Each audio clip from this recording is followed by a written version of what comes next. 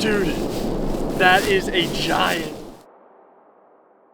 Okay, so we were working our way into the spot we were gonna set up tonight. We spotted him. Just keep watching.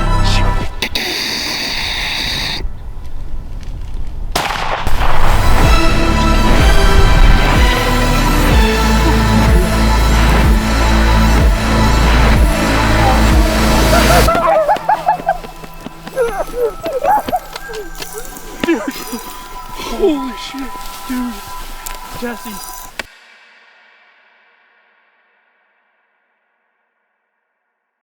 Clyde is and will forever be the face of the Krumboltz Farm.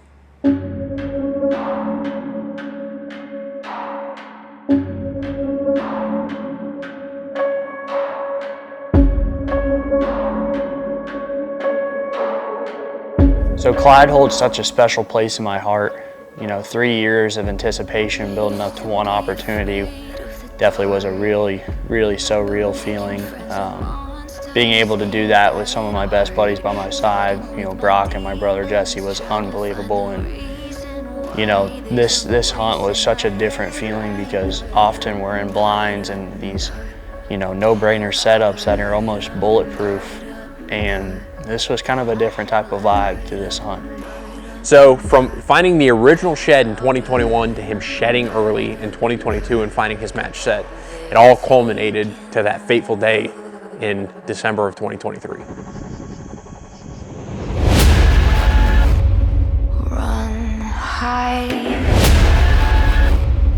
don't fight, dark time. All right, so we did a little recon this morning, and we know kind of the general vicinity on where he's bedded, and it's where he's been all year on the south-facing grass hill. So we don't think he's going to make it to the food in time tonight because he's been late every night. He's been late to the field and just haven't been able to shoot him the past nights.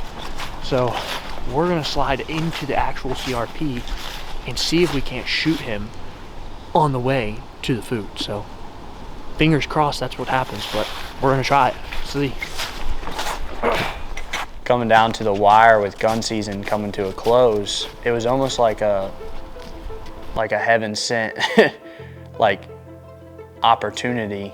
And we were driving back from Casey's, and we ended up, you know, we were going into hunt after we'd gone to Casey's, got some food and stuff. We were going into hunt, and all of a sudden, you know, there he was standing there on the hill with the doe, and we were going to set up off the backside of the cedar thicket where he was transitioning through, and he happened to be bedded on this big south-facing slope.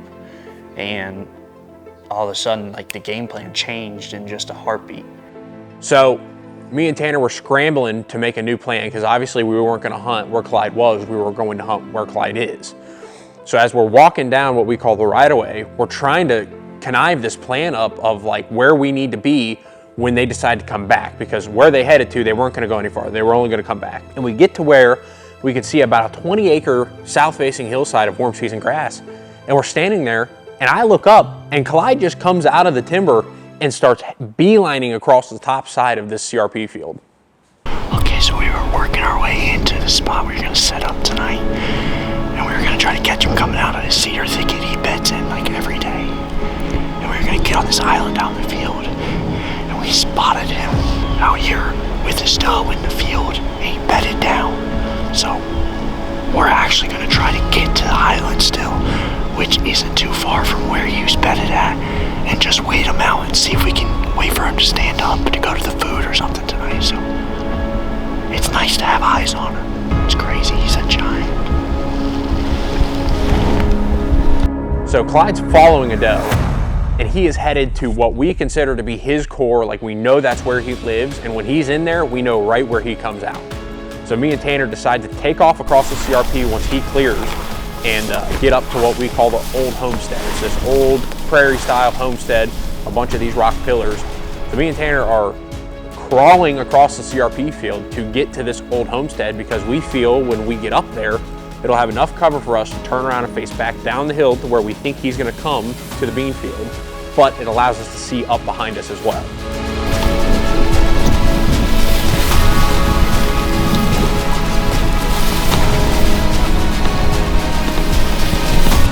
the deer showed us exactly where he was, so that gave us the green light to just, okay, 25-mile-an-hour winds. You know, we had the right wind so that we could sneak downwind of them. And there just so happened to be this magical tuft of trees in the middle of this like 200-acre south-facing slope. So we got in the grass, the tall CRP grass that we did a controlled burn on, and snuck all the way through this grass, like 350, 400 yards through this grass, got up to the tuft of trees, and that put us 25 yards from the deer. We were in his bubble, in his teeth, dude. And we sat there for an hour and 45 minutes. And finally, I got impatient. I'm like, what if we could reenact a buck coming up on this deer to try to get him to stand up? You know, knowing I had a more lethal weapon than a bow, a shotgun in my hand, I knew that odds are if I can get him to stand up, I can wheelhouse him with a gun.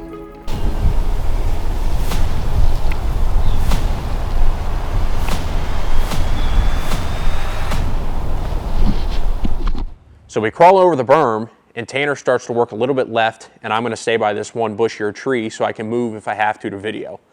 So I'm kind of getting situated by this tree, and I just happen to kind of look up in this little patch of thistle about 20 yards ahead of us, and this one spot was catching my eye. So I'm sitting there looking at that spot, kind of looking down at the camera, watching Tanner, and finally I get my binos out, and I put my binos up, and I realize that it is Clyde's bladed G2 on his one side. I'm like, holy cow. So now I have to get Tanner's attention because he is crawling closer to the deer, not even realizing that Clyde is within 25 yards. So I kind of look at Tanner, and I'm clicking and whistling and trying to get a hold of him. And finally he turns back and looks at me, and I'm like, 20 yards, 20 yards. He is right here.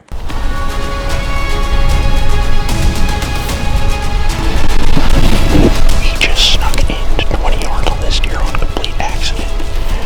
He is locked down with a doe right here. So we're gonna see what happens, but he's well within shooting. He's about 30 yards here in some tall brush. I can just see his tongue. So Tanner's kind of sneaking up on a little more, but he's right here.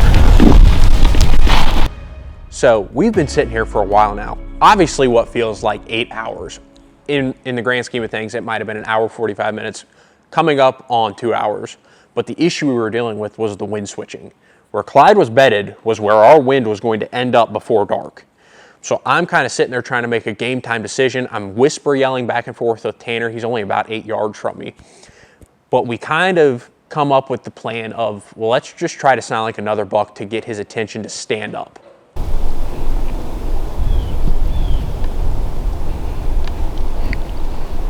Yeah.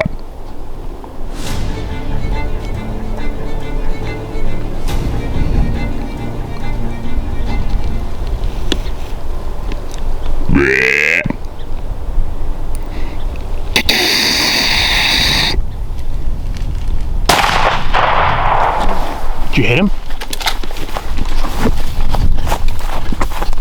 Did you hit him? I saw the bullet hit him. Huh? I saw blood come out. Really? Jam my gun.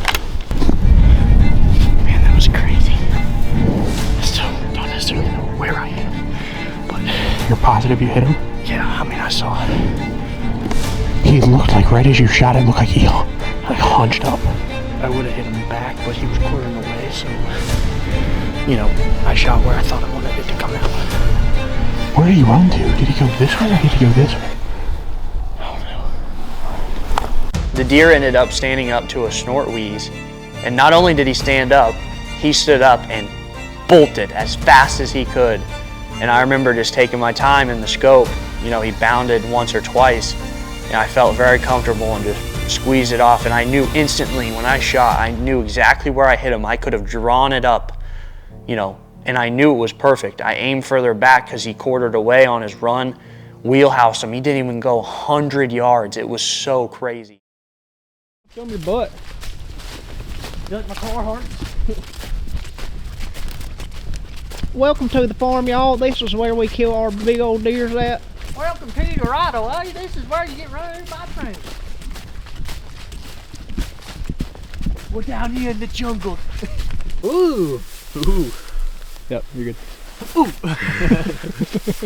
All right, well, we grabbed Brock since he owns the place and figured he should tag along on the blood trail, but me and Jesse backed out immediately after shooting the deer. I saw something in the scope, looked a little bit back, but he was quartered away hard, so if I shot him where I think I shot him, he should be piled up within 100 yards of where I shot him. So we're gonna take a peek up here, up the hill, and see if we can't find some blood or something pointing towards where the hit exactly was, and then go off that and see if we can maybe come up with the deer. So let's go.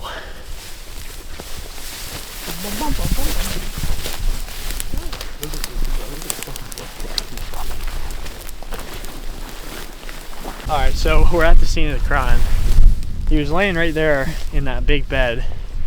We were about 35, 40 yards behind us, and he stood up.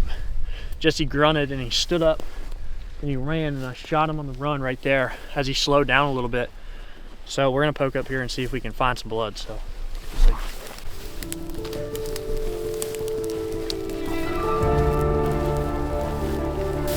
Great. Oh, that's crazy. Oh my gosh. Oh my gosh. Dude. Hold on. Let me take What you got? Look at the blood. Oh my.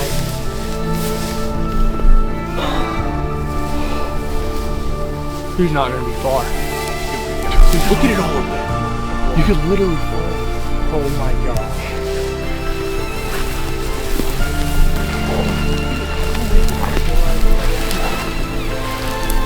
Oh my gosh. He's right there. He's right there. Oh my gosh. He's right there. Oh my. Careful. Down, guys. He's down. Oh my god. Oh my god. Oh my god. Oh. Tanner. Oh my gosh. Somebody take this gun. You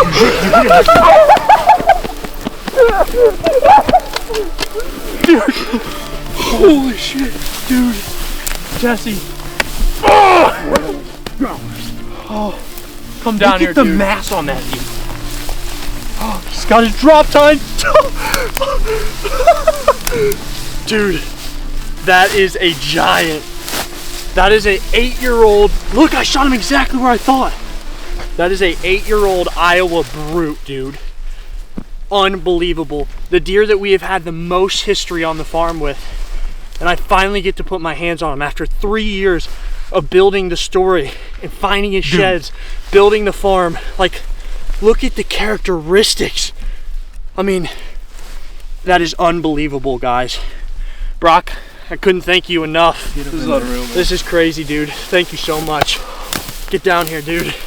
This is the deer that we have just stressed about, and I finally get to lay my hands on him after a crazy hunt, crazy season. This is a brute, dude. Look at that freaking deer. I mean, get in here, Jesse. That is unbelievable. And we kind of get to thinking about it, and we're like, man, like how cool an opportunity was that to be able to spot and stalk the biggest deer of Tanner's life in that scenario together and be able to get it on video and be here with Brock, and everybody gets to celebrate all the work that was put into essentially this particular deer for the last 3 years. The 2021 of his finding his shed and first trail camera pictures. 22, I had the opportunity to hunt him. I had a late muzzleloader tag, and he came out with both antlers shed.